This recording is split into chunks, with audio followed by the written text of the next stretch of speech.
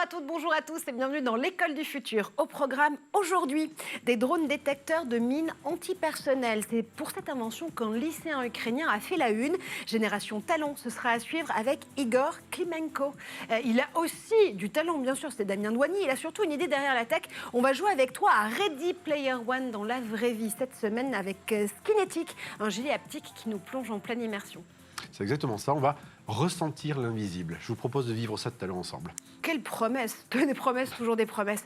Une autre promesse, tiens, dans notre club actu aujourd'hui, parce qu'on va mettre à jour une grande affaire de famille. C'est un peu le festen de la French Tech. Une affaire de famille, je vous le disais, mais aussi de gros sous, en quête de succès et de trahison avec un personnage central dans la peau du méchant JR, c'est Oussama Ammar. L'affaire The Family a tout pour devenir le nouveau Game of Thrones, sauf qu'elle se passe dans la vraie vie et surtout dans l'écosystème numérique français.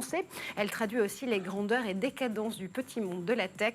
Pour en parler avec nous aujourd'hui, Léa Lejeune, tu es l'autrice de cet excellent podcast Oussama le Magnifique qui vient d'être mis en ligne par Nouvelles Écoutes, également autrice de Plan Cash, la newsletter qui nous aide à avoir plus d'alerte quant à l'éducation financière. Et tu es aussi journaliste, évidemment, tech et éco depuis fort longtemps. Bonjour à toi. Bonjour Marjorie. Mérave Gréguer Abou, avocate spécialisée pour le cabinet Bird & Bird. Tu co-diriges leur département Privacy et Data Protection. Tu es également professeur à l'université Paris 2 Panthéon à SAS et à Sciences Po. Rebonjour à toi. Bonjour Marjorie. Et comme toujours, Damien Douani à nos côtés pour ce club. On va donc plonger dans cette affaire dans un instant, mais d'abord, focus. Deux brevets et une récompense mondiale. Les drones des mineurs d'Igor Klimenko ont le pouvoir de sauver des vies, des robots de détection que le jeune Ukrainien met au point depuis qu'il a 11 ans. Xavier Terrade revient sur le parcours de ce talent de 17 ans. C'est sous des applaudissements mérités qu'Igor Klimenko a reçu le Global Student Prize 2022 fin septembre. Un prix que le jeune Ukrainien de 17 ans s'est empressé de brandir tout sourire en haut du Rockefeller Center à New York. Cette récompense s'accompagne d'une enveloppe de 100 000 $, une somme qui devrait lui permettre de créer son entreprise et de produire à grande échelle son drone détecteur de mines, pour lequel il avait déjà déposé 2 brevets. Il permet de donner l'emplacement des mines antipersonnelles à moins de 2 cm. D'après les autorités ukrainiennes, 23% du territoire aurait été miné par l'armée russe et il faudrait 10 ans pour réussir à tout déminer. Si son invention est mise à contribution, Igor Klimenko espère que l'Ukraine pourra être déminée en 3 ans. L'action d'un inventeur qui a passé plusieurs semaines réfugié dans sa cave en février 2022, au moment où la guerre a éclaté pour parfaire ses quadricoptères équipés de détecteurs. L'engagement de l'Ukrainien, membre de l'Académie mineure des sciences d'Ukraine, et la mise à profit de son talent pour protéger son pays ne date pas d'hier. En 2014, le jeune Igor n'avait que 11 ans quand la Russie a envahi le Donbass. Le petit garçon avait alors déjà l'idée d'un drone démineur. Malgré son jeune âge, l'enfant avait été à l'époque suivi par un laboratoire ukrainien. 8 ans plus tard, cette innovation de celui qui est désormais étudiant en sciences physiques et mathématiques pourrait s'avérer déterminante à l'échelle mondiale. 110 millions de mines étaient déjà enterrées à travers 60 pays dans le monde avant même le début de la guerre en Ukraine. Grâce au Global Student Prize, Igor Klimenko compte bien donner accès à sa technologie à d'autres pays. Un peu plus tôt, celui qui enseigne les mathématiques avait déjà reçu la médaille d'or dans la catégorie junior à la 21e exposition technologique de Malaisie. Il y avait présenté Quadcopter Mines Detector, invention qui a la lourde mission de reconstruire l'Ukraine et bien plus encore. Et tout de suite, on va plonger dans l'actu avec nos invités cette semaine et aujourd'hui, surtout ce jeudi, moqué sur TikTok, tendance sur Twitter, volubile sur YouTube, Oussama Ammar, héros ou escroc? Point d'interrogation. Je mets le point d'interrogation parce que Maître Mérave Gréguer me dira que c'est pas de la diffamation et ça me fait plaisir. Attention, c'est le Club Actu, première partie.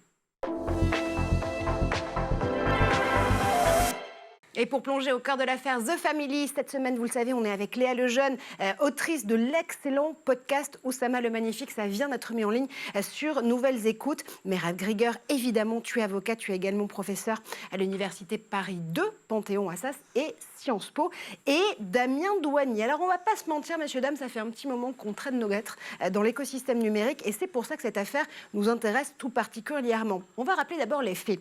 Fin 2022, Alice Zaguri et Nicolas Collin, cofondateurs de l'incubateur parisien The Family, se retournent contre leur troisième associé, Oussama Ammar. Ils le soupçonnent d'avoir détourné 4,5 millions d'euros à des fins personnelles. Le reste, je préfère te laisser le raconter, Léa, puisque tu as enquêté pendant plus d'un an sur cette affaire The Family. C'est vrai qu'elle a commencé à exploser et on l'a retrouvée dans Vanity Fair, dans Le Monde, à partir du moment où Alice Zaguri et Nicolas Collin ont porté plainte contre leur troisième associé, Oussama Ammar. Mais pourquoi est-ce que tu as voulu t'y intéresser si tôt avant les autres ? Alors moi, ça faisait des années que je travaillais dessus. Je suivais l'écosystème, journaliste tech, à Libération puis à Challenge. Et ça faisait partie des endroits iconiques de la French Tech. C'est-à-dire, c'était à la fois un accélérateur, donc c'est-à-dire un accompagnement pour les startups, mais c'était aussi un endroit où on pouvait investir dans des boîtes, où on pouvait participer en tant qu'investisseur, même des gens qui n'avaient pas l'habitude.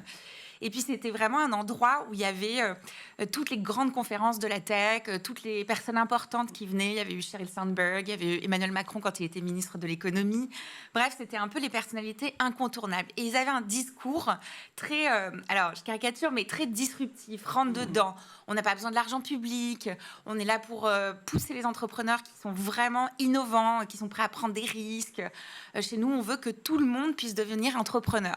Donc voilà, au début, j'ai commencé à travailler sur cette initiative que, évidemment, au début, je trouvais géniale. Surtout dans l'écosystème tech des années 2010, en fait, où il y avait quasiment rien, très peu de financement, très peu de start-up. Dès qu'une start-up levait 300 000 euros, on faisait un article tellement c'était exceptionnel. Aujourd'hui, ça ne viendrait même plus à l'idée. Donc, il y avait vraiment quelque chose de positif. Et petit à petit, au fur et à mesure des années, ils ont commencé à être un petit peu plus critiqués. D'abord, Oussama Ammar pour ses discours un peu coaching d'entrepreneuriat, mais avec aussi beaucoup de bullshit bingo, beaucoup de propos qui se contredisent en fonction des émissions, en fonction des conférences, des tables rondes. Et puis, au tout début 2015, une enquête de l'Express qui dit qu'en fait, il aurait déjà été condamné pour faux, usage de faux et détournement de fonds dans une des entreprises précédentes dans laquelle il avait travaillé. Voilà.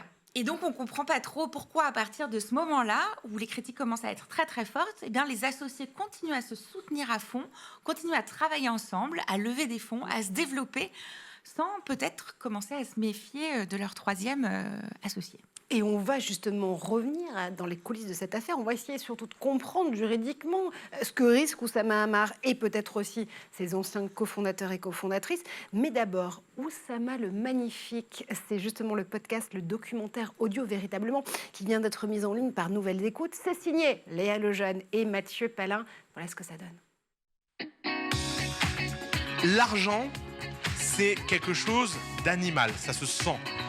Les grands artistes copient, les génies volent. L'entrepreneuriat, c'est le seul endroit humain que je connaisse dans lequel le critère de vérité est absolu. Moi, j'avais un prof de physique. Je lui disais, mais si vous arrivez à mettre moins de 18 à un contrôle, ok, je viendrai à votre cours. Les entraîneurs sont rarement les meilleurs joueurs. Avoir la capacité d'aider quelqu'un à se dépasser ne dépend pas de sa performance individuelle. Il n'a jamais réussi à mettre moins de 18. Si t'es pas la bonne personne pour faire le projet, quelqu'un d'autre le fera. Moi, j'ai Bill Gates, Warren Buffett, Mark Zuckerberg. Ils viennent très souvent dans mes rêves. Je vais pas jouer le malheureux. Il n'est pas question que je n'ai pas accès à ce que mes potes aient, donc je vais gagner de l'argent. Moi, je pars 3 semaines en vrai, il m'arrive plein de trucs. Mais il m'arrive plein de trucs parce que si je prépare rien, je suis pas obsédé par réduire les risques. Cette voix, c'est celle d'Oussama Ammar. Vous n'en avez jamais entendu parler ?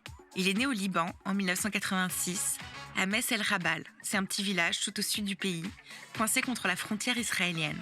Alors je pourrais facilement vous le décrire en star du numérique français.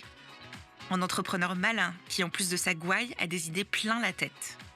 Comme tous les entrepreneurs médiatiques, il arbore des signes distinctifs qui permettent de le reconnaître dans la foule, à n'importe quel rassemblement de la tech. Il porte une Converse rouge à gauche, une bleue à droite, des chemises rose pâle ou turquoise, une barbe de 5 jours et un gabarit imposant. Vous l'avez entendu, il parle une langue étrange, un mélange de vulgarité, d'érudition et d'une réflexion extrêmement précise sur ce que doit être le monde de demain.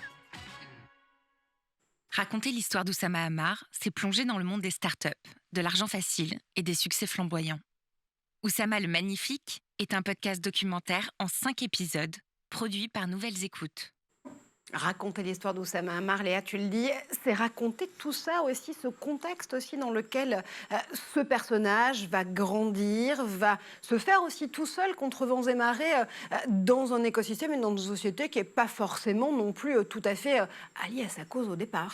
Ah non, l'écosystème français, quand Oussama Ammar grandit, il est né en 86 comme moi. C'est vraiment, voilà, on n'a pas tous accès à Internet, on n'a pas tous accès à des ordinateurs, on ne sait pas encore coder, la Silicon Valley commence à peine à se développer. Et puis au fur et à mesure, la Silicon Valley, les grosses entreprises comme Google, Apple, Facebook se développent.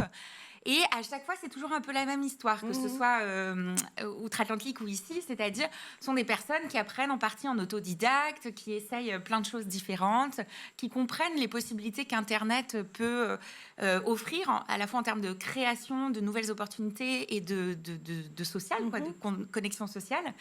Et donc, il essaye un peu tout ça en parallèle de tous ces génies californiens.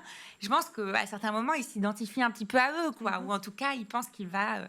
tout changer comme eux, changer le monde. C'est l'histoire finalement d'un enfant qui ose tout parce que il y a cette maxime qui évidemment colle à la peau de la Silicon Valley, fake it until you make it. C'est pas très grave finalement de faire comme si on pouvait l'être jusqu'au moment où on va en effet être ce personnage, gagner ces sommes incroyables d'argent, réussir à mettre sur le marché une innovation qui va faire une percée fondamentale et apporter finalement la preuve un peu plus tard de ses compétences. Et c'est ça qui est très intéressant parce que le fake it until you make it, c'est quelque chose qu'on a vu pendant des années partout dans les startups et on n'a jamais critiqué ça en disant négatif. Au contraire, on trouvait ça osé, on trouvait ça différent. Les investisseurs faisaient confiance à des entreprises qui créent des images très très fortes comme ça. Et aujourd'hui, quand c'est perçu sur des vidéos TikTok ressorties des vieilles archives d'Oussama Ammar, les gens disent « Ah, mais c'est un mytho ». Mais alors, c'est quoi la vérité entre les deux ? Finalement, c'est peut-être un peu des deux. Pourquoi est-ce qu'on a cru autant à cette idéologie du fake it ? Parce qu'on a peut-être envie de rêver et donc de croire en ce rêve. Oui, on avait envie de rêver, puis on avait envie de donner des possibilités, on avait envie de... C'est aussi la différence avec les grandes entreprises du CAC 40, où en fait, à la fin, on est payé pour une action, puis un chiffre d'affaires, etc. Les startups, on peut mettre des années avant de développer un chiffre d'affaires, de trouver un modèle économique pérenne. Et c'est aussi tout ça que ça représente. Alors pour nous, autour de la table, Oussama Ammar, c'est qui ? Si on doit le décrire justement à ceux et celles qui nous regardent aujourd'hui, c'est un gourou, c'est un génie du business, c'est un peu tout ça en même temps, c'est un personnage de roman. Damien, pour toi, c'est qui ? Vous vous rappelez des Bogdanov ? C'est un peu... Et à leur âme ? Alors oui, tout à fait, mais ça m'a toujours vivant, mais c'est un peu dans le même état d'esprit. Ce sont des gens qui en fait veulent prouver quelque chose, qui sont des super raconteurs, qui sont des super storytellers, qui savent magnifiquement bien être pédagogiques et traduire des messages. Et puis un jour, ils ont envie qu'on les prenne au sérieux. Donc les Bogdanov, ils ont voulu faire une thèse et puis ils se sont pris dans la figure des scientifiques qui ont dit mais c'est n'importe quoi ce que vous racontez. Et j'ai l'impression qu'Oussama, c'est un peu la même chose. C'est-à-dire à un moment, il a voulu aller plus loin que ce sur quoi il s'est construit et il est en train maintenant de payer le retour. Finalement, il était bon avec les autres, avec Alice Zaguri et Nicolas Collin, mais tout seul, peut-être que le roi est un peu nu, quoi. Pour moi, c'est un peu un influenceur entrepreneur. C'est vraiment tout ça, en même temps. Ça tombe parce qu'il est installé à Dubaï aujourd'hui, on va y revenir justement. Et ce qui est intéressant aussi, c'est qu'en fait, quand on demande aux gens de l'écosystème, aux gens, les pros Oussama, puisque finalement, il y a presque 2 camps, ils disent qu'il a débloqué des choses chez eux, qu'il leur a donné l'impression que tout était possible, qu'il a donné des conseils qui parfois étaient bons, parfois étaient foireux, mais leur donné la possibilité d'oser.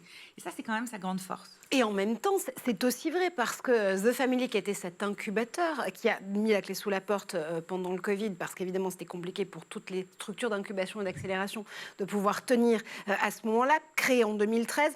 Ils ont aidé quand même 120 startups en portefeuille à grandir. On peut citer notamment PayFit, qui est cette application et logiciel de gestion paye, Doctrine, qui est là aussi un site et une application d'information juridique que tu dois utiliser, j'imagine, j'imagine, Mirav. Non, pas vraiment, non. Tous pas. les jours, mais... Tous les jours, Et pas qui la vient de doctrine. Slovan, d'ailleurs, qui a été écrit. Et absolument. Non, très gros succès, Algolia pour la partie logicielle.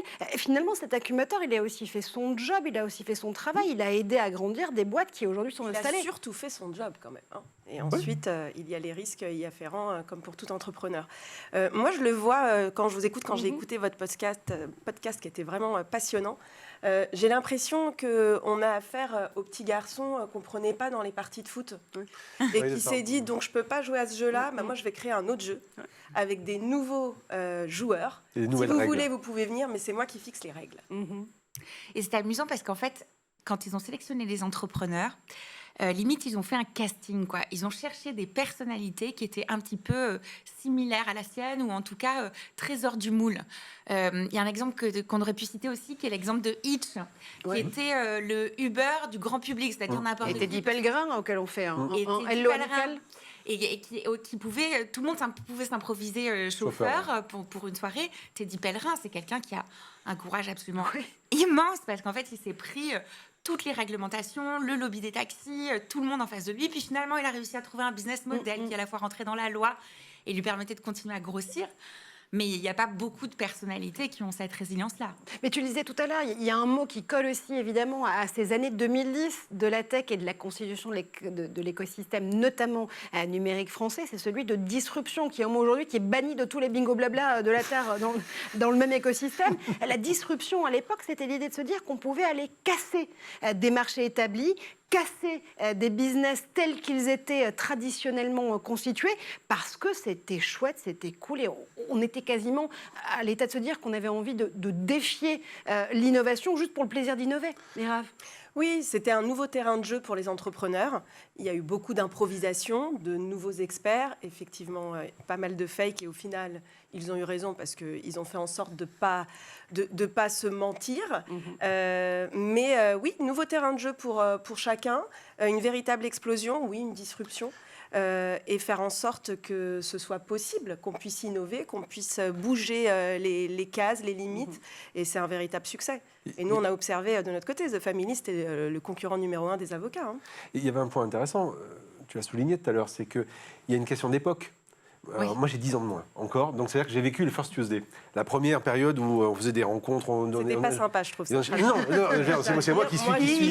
Il s'auto, non mais c'est pour lui. Voilà, autrement dit, il s'auto-vieillit. J'assume ma barbe blanche. On gagne tous 10 ans aujourd'hui. Et ce que je c'est que donc, ayant encore 10 ans de moins que Léa, donc ayant vécu donc, les First Tuesday, etc., il y avait un peu cette effervescence aussi, mais il n'y avait pas d'argent à l'époque. Donc autrement dit, il n'y avait pas les VC, il n'y avait pas d'argent. Donc il n'y avait pas cette période dans laquelle, qui est arrivée 10 ans plus tard, et dans laquelle The Family est arrivé pile au bon moment, qui est finalement, on a toujours des idées, on a toujours cette envie de casser des marchés, mais il n'y avait pas d'argent à l'époque, donc quelque part on ne pouvait pas faire ça. Et là, d'un seul coup, il y a une sorte d'alignement des planètes qui fait que le fake it until you make it fonctionne parfaitement bien.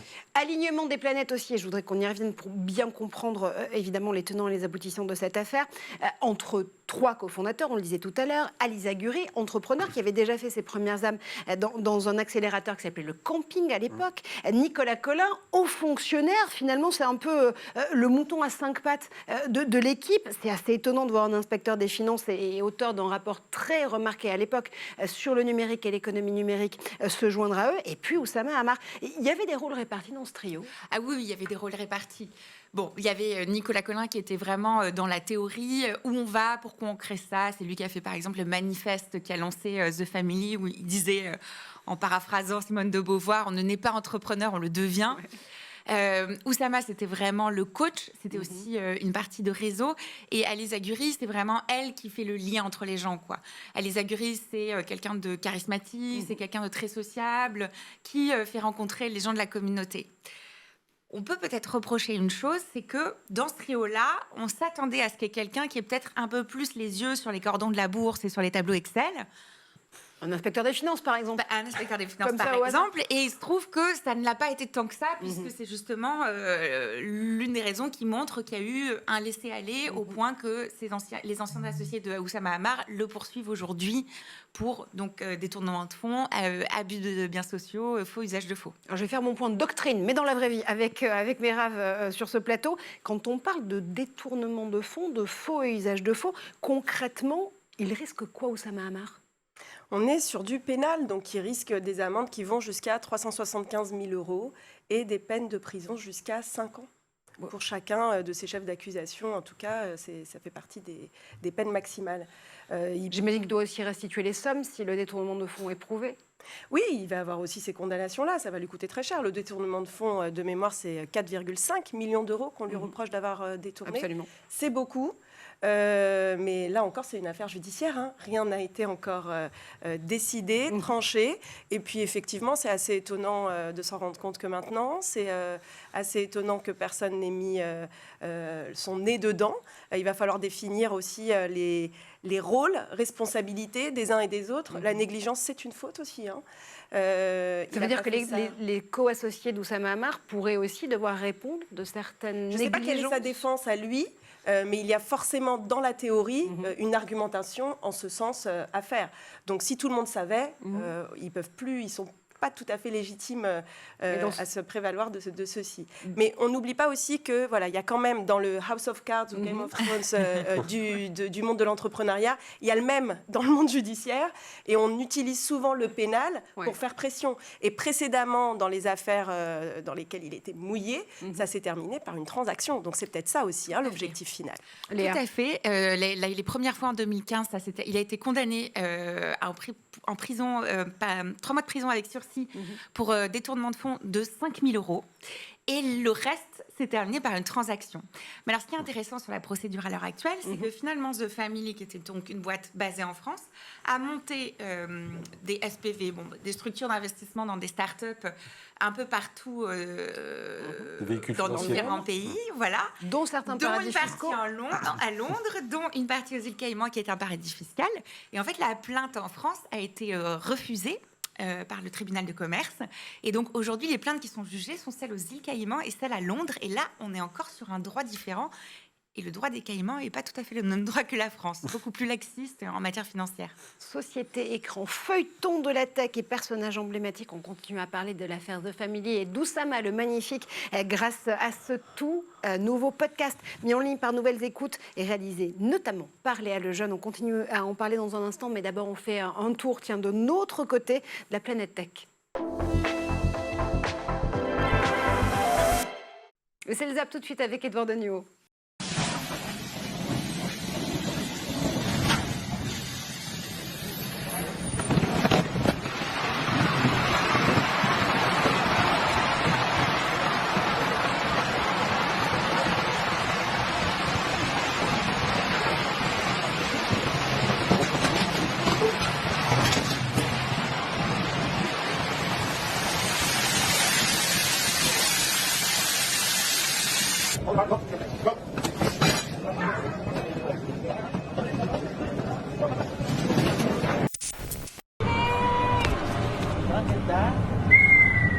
يا ويلي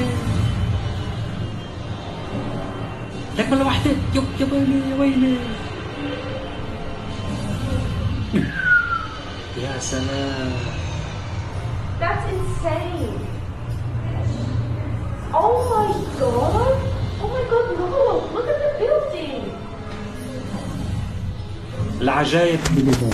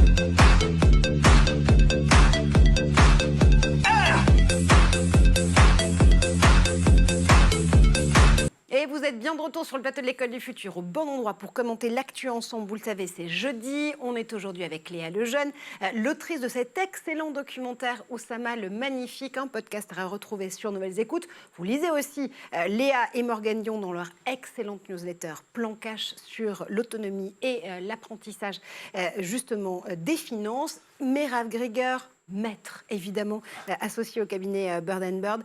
Tu es aussi professeur à Paris 2, Panthéon-Assas, et à Sciences Po, spécialisé notamment en data protection. Et Damien Douani, qui a une idée derrière la tech. Et ça tombe très bien parce que c'est à toi, Damien. Marjorie, dis-moi, est-ce que tu trouves que les expériences immersives sont assez sollicitantes pour les sens? Est-ce que j'ai 4 heures ou pas? C'est pas un devoir de philo, mais j'aurais pu repousser.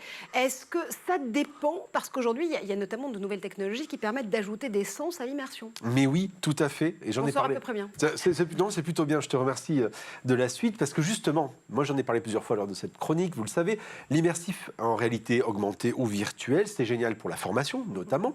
Ça manque cruellement de relief aussi. Et c'est d'ailleurs la grande frustration. La grande frustration parce qu'on essaye de nous immerger dans une expérience qui est incomplète, hormis l'odorat qui n'est pas sollicité. On n'a pas non plus tout ce qui est touché, tout ce qui est ressenti sensoriel. Et ça, c'est quand même dommage. C'est dommage, mais l'haptique pour certains boétiens comme nous sur ce plateau, c'est quoi exactement, docteur Douani? Alors, l'optique pour les béotiens, voilà, mot qu'on triple en Scrabble, c'est... Il n'y a pas beaucoup de W, d'Y ou de Z. C'est vrai, mais c'est pas mal. Tu places des H, c'est pas mal. La technologie haptique, c'est quoi? C'est chargé de reproduire les sensations tactiles pour donner l'illusion sensorielle cohérente avec l'expérience que vous vivez en virtuel. En clair, l'idée, c'est de ressentir réellement le virtuel, l'invisible finalement. Et pour cela, il y a plusieurs moyens. Alors, il y a plusieurs moyens, plusieurs technologies qui existent. Il y a d'abord ce qu'on appelle le kinesthésique. Là, tu peux placer un K, tu vois, au Scrabble. Tu vois, voilà. Et un H en même temps. Le kinesthésique, donc, c'est un objet qui bouge. C'est comme dans les matelas de massage. Il y a un objet qui bouge, là, qui vous masse. Bon, ça, c'est le premier élément. Il y a le thermique. Autrement dit, ça chauffe, vous ressentez la chaleur. Et puis, il y a une troisième technologie que je trouve assez intéressante. C'est le vibrotactile, donc qui va se baser sur les vibrations. Et c'est pas un dinosaure, c'est pas un Pokémon, c'est une vraie technologie. Le vibrotactile. J'y ai pas pensé à celle-là. Oui, Elle est pas mal, je vous la livre comme ça, parce que vraiment, c'est pour vous. Et donc, tu vas te demander peut-être quelle forme ça prend. Mais quelle forme ça prend, le vibrotactile? Alors justement, très souvent, ça prend la forme, non pas d'un dinosaure, mais très souvent d'un gant, hein, c'est ce qu'on a pu voir dans les années passées. Et puis le problème du gant, c'est que c'est bien pour le tactile, mais c'est pas assez immersif. Autrement dit, voilà, il n'y a pas le reste du corps qui suit. Et ça, c'est quand même assez dommage. Et tout ce que je vous raconte là, c'est tout à fait propre. Hein. On va pas dans des trucs, ce n'est pas sale. Et donc, c'est pour ça que la start-up Actronica, c'est une start-up française, a créé Skinetic. Vive la France. Voilà, on va le voir à l'image dans quelques instants. Skinetic, c'est quoi? C'est une veste qu'ils ont designée avec un atelier d'ailleurs de couture parisien. Donc c'est une veste qui a une vingtaine d'actionneurs. Donc c'est des petits moteurs qui vont émettre des vibrations à basse fréquence et qui vont reproduire le sens du toucher.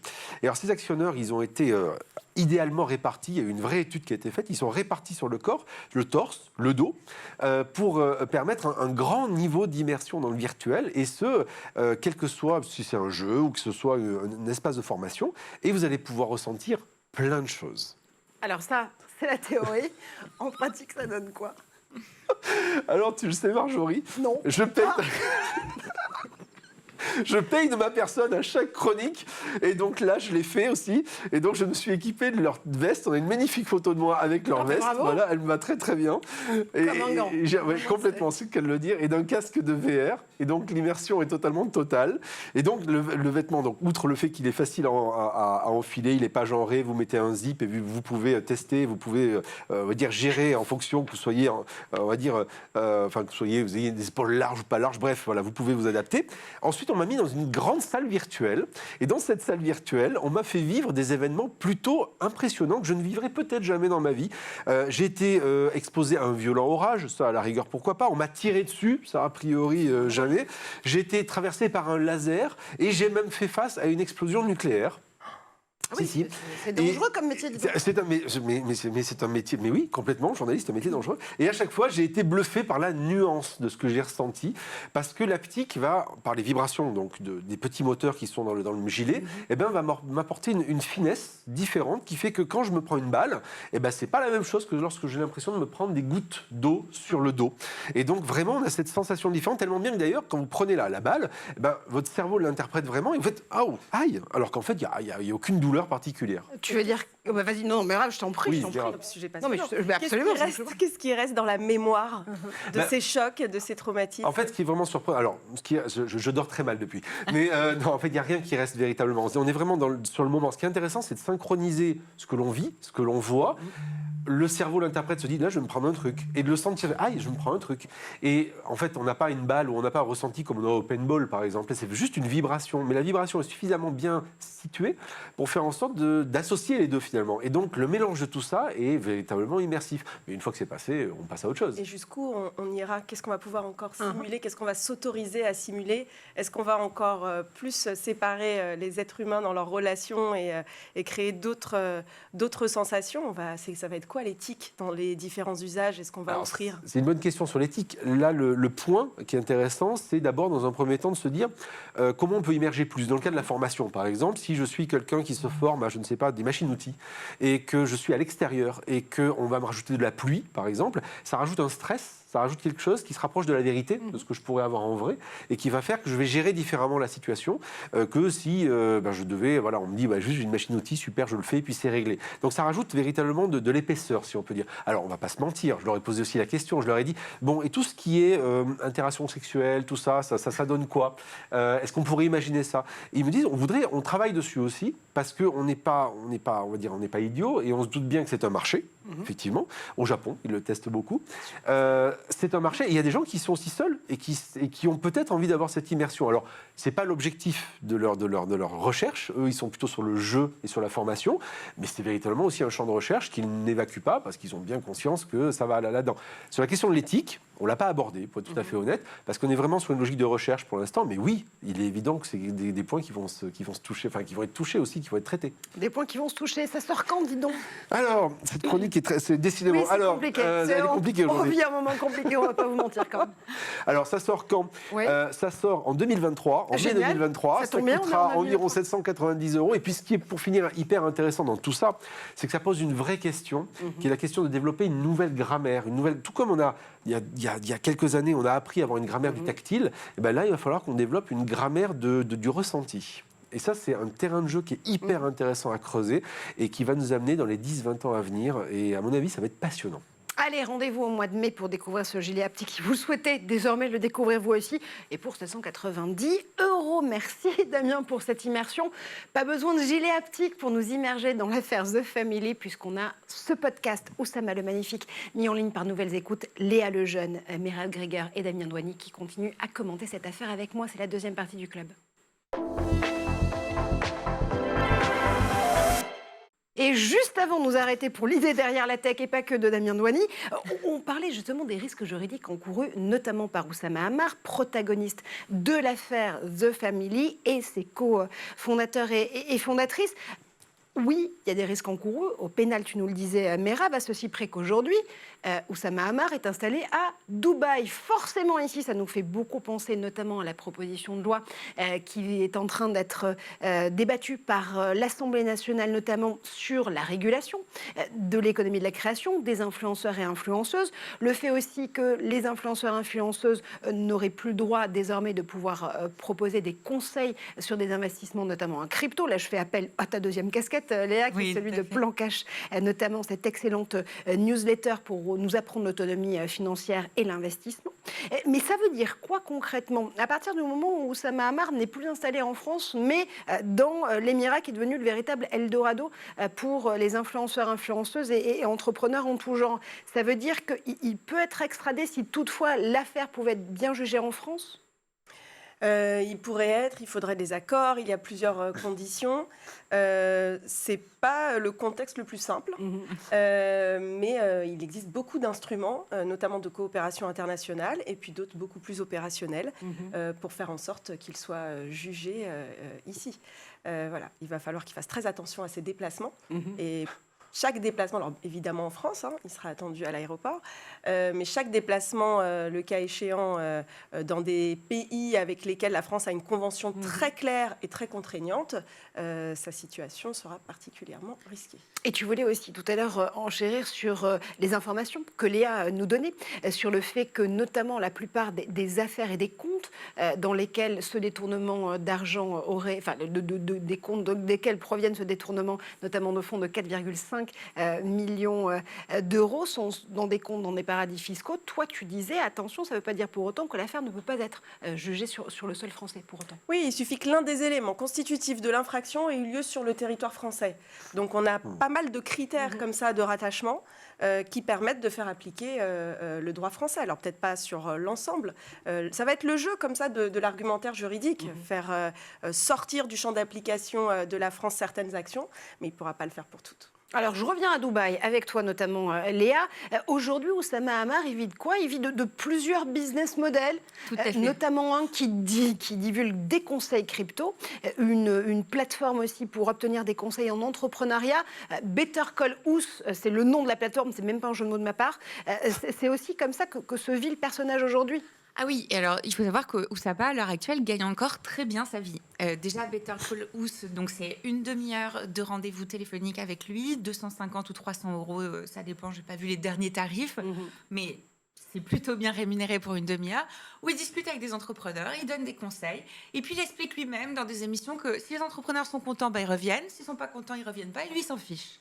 Donc déjà, juste ça, ces coups de fil, ça lui rapporte un peu d'argent. Et c'est quand même amusant, ce titre, Better Call Ous, qui est quand même une référence à Better Call Saul.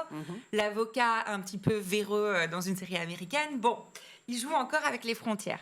Et à Dubaï, là, il fait aussi des informations et des formations pour la finance, notamment avec l'influenceur qui s'appelle Yomi. Yomi. Et en fait, ils sont partis sur le principe qu'à la fois, ils allaient donner des conseils financiers et donner des conseils en crypto. Bon. La loi aujourd'hui qui est en train d'être débattue au Parlement, elle dit que clairement, les influenceurs ne peuvent plus faire de la publicité sur des cryptos, même si ce sont des influenceurs français basés à l'étranger. Donc déjà, là, je ne sais pas comment il va réussir. Et ensuite, sur les formations à la finance, comme tu le dis, nous, on connaît bien ça aussi avec Plan Cash, donc la start-up que j'ai montée, parce qu'on donne des formations à la finance pour le grand public. Alors nous, on est à 49 euros, Oussama Ammar, il est à 5 000 euros. C'est pas le même investissement à la mise au départ. Pas le même investissement, ça va pas chercher le même public, etc. Mais ce qui est intéressant, c'est que même là, en fait, ils se fichent de respecter la loi française sur le conseil en investissement qui est très précise en France, où tu peux, par exemple, informer, donner un maximum d'informations, mais où tu dois préciser qu'il y a des professionnels qui font ça, où tu dois pas conseiller un produit en particulier parce que chacun a une situation particulière, à moins de passer un agrément AMF. Damien. Pour autant, il est en train de basculer sur l'IA, notamment parce que c'est très à la mode. Et donc, avec le fameux Yomi Denzel, ils font quand même du téléshopping pour vendre des formations à l'IA. Donc, peut-être qu'il se dit que la crypto, il fallait s'en éloigner un peu. Je pense qu'il essaye plein de choses différentes. Il a même testé à un moment une chaîne où il faisait des recettes de cuisine. Donc je pense que voilà, il profite de son rôle et de sa notoriété pour toucher à tout ce qui peut lui rapporter quelque chose et l'intéresser. Cette notoriété, elle s'est bâtie au cours d'une décennie où l'écosystème numérique aussi français a émergé. Encore une fois, on le disait tout à l'heure, mais se replonger dans les traces, dans les pas d'Oussama Ammar, c'est aussi se replonger dans une décennie de changement et de constitution de cet écosystème digital français. Ça tombe bien parce que c'est aussi les 10 ans de la French Tech cette année. Comment est-ce que vous avez vu évoluer cet écosystème au cours des 10 dernières années, Mehrav? C'était assez agité. Ça allait dans tous les sens. Le recul d'aujourd'hui nous permet de voir quand même une histoire qui s'est racontée. Certains ont perdu beaucoup. D'autres ont beaucoup gagné aussi. Et parfois, c'est les mêmes personnes, celles qui gagnent et celles qui perdent. C'est l'exemple que nous montre aujourd'hui Oussama. Ils savent renaître de leur centre. C'est le monde de l'entrepreneuriat. Il y a aussi pas mal de leçons en termes de résilience. Ceux qui restent, c'est ceux qui ont su endosser comme ça la souffrance de l'échec. Et on a l'impression que c'est des Highlanders, ils ont même plus mal. Ils se font couper la tête et hop, ça redémarre. Dans un autre univers, là on est sur la crypto, on va le retrouver dans les recettes de cuisine, etc. Oui, ça a bien évolué. On a eu quand même une constante. Ceux qui, dès le départ, ont eu une approche éthique. Donc on a peut-être moins entendu parler d'eux, mais ils sont toujours là, avec un rapport beaucoup plus sain à la tech et des investisseurs qui, là, pour le coup, ont évolué. Les investisseurs prenaient beaucoup de risques au départ, ils en prennent beaucoup moins. Alors ça, c'est mon prisme d'avocat, puisque j'assiste à ces développements, à ces croissances, à ces levées de fonds.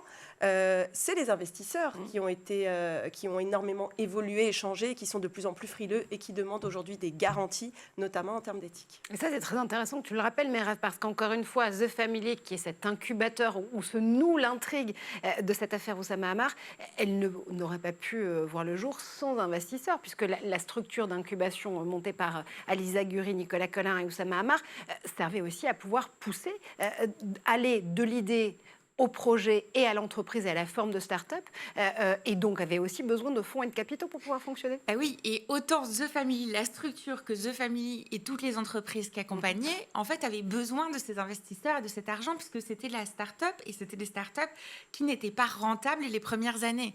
C'était vraiment des start-up qui se construisaient avec des promesses, très souvent sur la personnalité des cofondateurs, et ce qu'on appelle quelques petites preuves de traction.